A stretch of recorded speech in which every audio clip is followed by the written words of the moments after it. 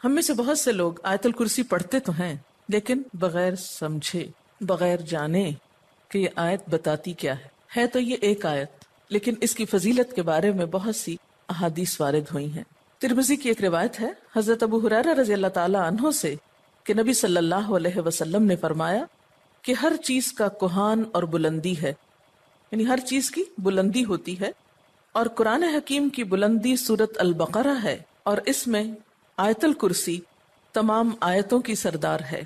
یعنی ہر چیز کی ایک بلندی ہوتی ہے۔ قرآن کی بلندی کس میں ہے؟ سورۃ البقرہ میں، اور سورۃ البقرہ میں ایک آیت ہے جو تمام آیتوں کی سردار ہے، اور وہ کون سی آیت ہے؟ آیت الکرسی۔ حضرت ابی ابن کعب سے روایت ہے کہ نبی صلی اللہ علیہ وسلم نے فرمایا، اے ابو المنذر، اللہ کی کتاب میں تمہارے پاس سب سے افضل آیت کون سی ہے؟ عرض کیا، اللہ اور اس کا رسول خوب جانتا ہے۔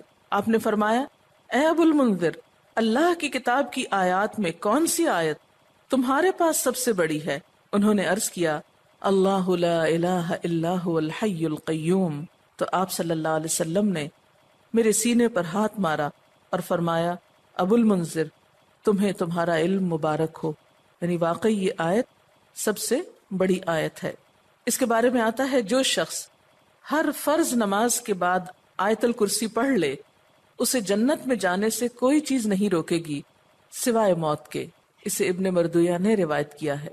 اللہ تعالیٰ نے حضرت موسیٰ بن عمران کی طرف وحی کی کہ ہر فرض نماز کے بعد آیت الکرسی پڑھ لیا کرو۔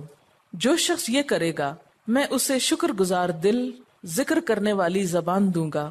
اس پر ہمیشگی صرف نبیوں سے ہوتی ہے، یا صدیقوں سے، یا اس بندے سے جس کا دل میں نے ایمان کے لیے آزما لیا ہو، یا اسے اپنی راہ میں شہید کرنا چاہتا ہوں۔ یعنی اس آیت کی پابندی ہر فرض نماز کے بعد اللہ کے خاص بندوں سے ہی ہوتی ہے۔ بس اپنے آپ کو چیک کر لیں کہ آپ ان میں شامل ہیں کہ نہیں۔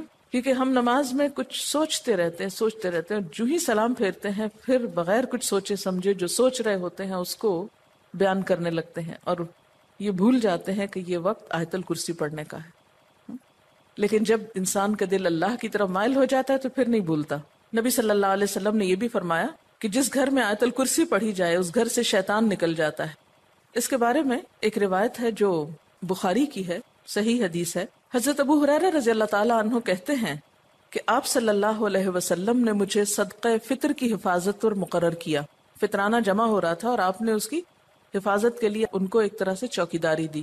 کوئی شخص آیا اور غلہ چوری کرنے لگا، میں نے اسے پکڑ لیا اور کہا، میں تجھے رسول اللہ صلی اللہ علیہ وسلم کے پاس لے جاؤں گا۔ وہ کہنے لگا، میں محتاج ہوں، عیالدار ہوں، سخت تکلیف میں ہوں۔ چنانچہ میں نے اسے چھوڑ دیا۔ جب صبح ہوئی تو آپ نے مجھ سے پوچھا، ابو ہریرہ، آج رات تمہارے قیدی نے کیا کہا تھا؟ میں نے کہا، یا رسول اللہ صلی اللہ علیہ وسلم، اس نے محتاجی اور عیالداری کا شکوہ کیا تھا، مجھے رحم آیا تو میں نے اسے چھوڑ دیا۔ آپ نے فرمایا، دھیان رکھنا، وہ جھوٹا ہے، وہ پھر تمہارے پاس آئے گا۔ چنانچہ اگلی رات وہ پھر آیا اور غلہ اٹھانے لگا، میں نے اسے پکڑ لیا اور کہا، آج تو ضرور میں تمہیں نبی صلی اللہ علیہ وسلم کے پاس لے جاؤں گا۔ وہ کہنے لگا، مجھے چھوڑ دو، میں محتاج ہوں، عیالدار ہوں، آئندہ نہیں آؤں گا۔ مجھے پھر رحم آ گیا اور میں نے اسے چھوڑ دیا۔ صبح ہوئی تو آپ صلی اللہ علیہ وسلم نے مجھ سے پوچھا، ابو ہریرہ، تمہارے قیدی نے کیا کیا؟ میں نے کہا، یا رسول اللہ صلی اللہ علیہ وسلم، اس نے سخت محتاجی اور عیالداری کا شکوہ کیا، مجھے رحم آ گیا تو میں نے اسے چھوڑ دیا۔ آپ نے فرمایا، دھیان رکھنا، وہ جھوٹا ہے، وہ پھر آئے گا۔ چنانچہ تیسری بار میں طاق میں رہا، وہ آیا اور غلہ سمیٹنے لگا۔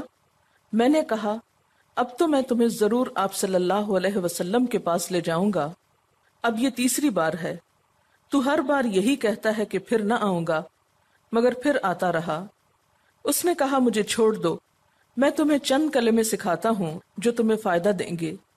میں نے کہا، وہ کیا ہیں؟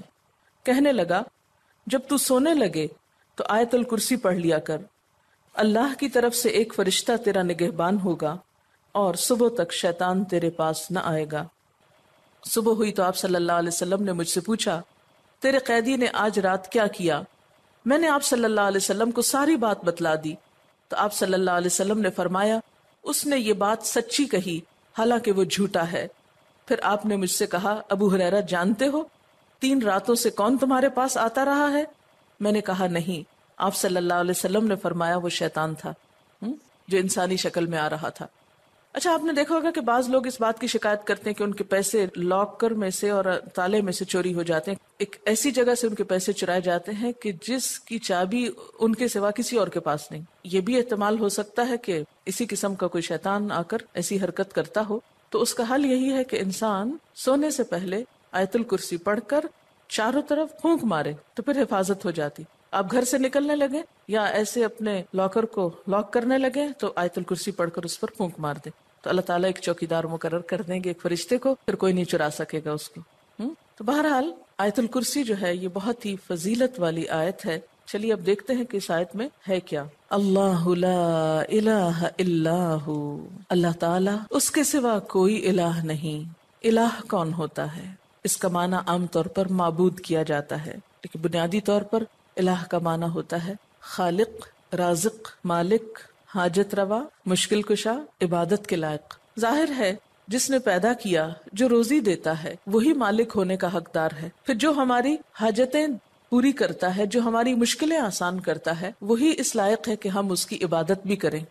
تو اللہ لا الہ الا ہو، اللہ تعالیٰ وہی عبادت کے لائق ہے. الحی القیوم، زندہ ہے، قائم رہنے والا ہے، دوسروں کو قائم رکھنے والا ہے. لا تأخذہ سنۃ ولا نوم، نہ اس کو اونگ آتی ہے اور نہ نیند آتی ہے. لہ ما فی السماوات وما فی الارض، اسی کے لیے ہے جو آسمانوں میں ہے اور جو زمین میں. من ذا الذی یشفع عندہ الا باذنہ، کون ہے جو اس کے پاس سفارش کر سکے مگر اسی کے اذن سے. یعلم ما بین ایدیہم وما خلفہم، وہ جانتا ہے جو ان کے آگے ہے اور جو ان کے پیچھے ہے. ولا یحیطون بشیء من علمہ الا بما شاء، اور وہ اس کے علم میں سے کسی چیز کا احاطہ نہیں کر سکتے مگر جو وہ خود چاہے. پھر فرمایا وسع کرسیہ السماوات والارض، وسیع ہے اس کی کرسی آسمان و زمین پر. ولا یؤودہ حفظہما، اور نہیں تھکاتی اس کو ان دونوں کی حفاظت. وہو العلی العظیم، اور وہ بلند ہے، بہت بڑا. یہ ہے اللہ تعالیٰ کا تعارف. کیا؟ نمبر 1، اس کے سوا کوئی الہ نہیں. نمبر 2، وہ زندہ ہے. نمبر 3، قائم رہنے والا ہے، قائم رکھنے والا ہے. نمبر 4، اس کو نیند اور اونگ نہیں آتی. نمبر 5، آسمان و زمین کا مالک وہی ہے. نمبر 6، اس کے پاس کسی کی سفارش کام نہ کرے گی مگر اسی کی اجازت کے ساتھ، یعنی سارا اختیار قیامت کے دن اسی کے پاس ہوگا. نمبر 7، انسانوں کے سامنے اور انسانوں کے پیچھے، یعنی ان کا ماضی اور مستقبل سب کا علم وہ رکھتا ہے. نمبر 8، اس کے علم میں سے کوئی کچھ نہیں لے سکتا مگر جتنا وہ چاہے، یعنی اللہ کے علم جیسا علم کسی اور کا نہیں. نمبر 9، اس کی حکومت، قدرت، عظمت، اقتدار یا علم آسمان و زمین پر محیط ہے، چھایا ہوا ہے. اور نمبر 10، ان دونوں کی حفاظت اس کے لیے کچھ مشکل کام نہیں. نمبر 11، وہ بہت بلند، بہت عظیم ہے.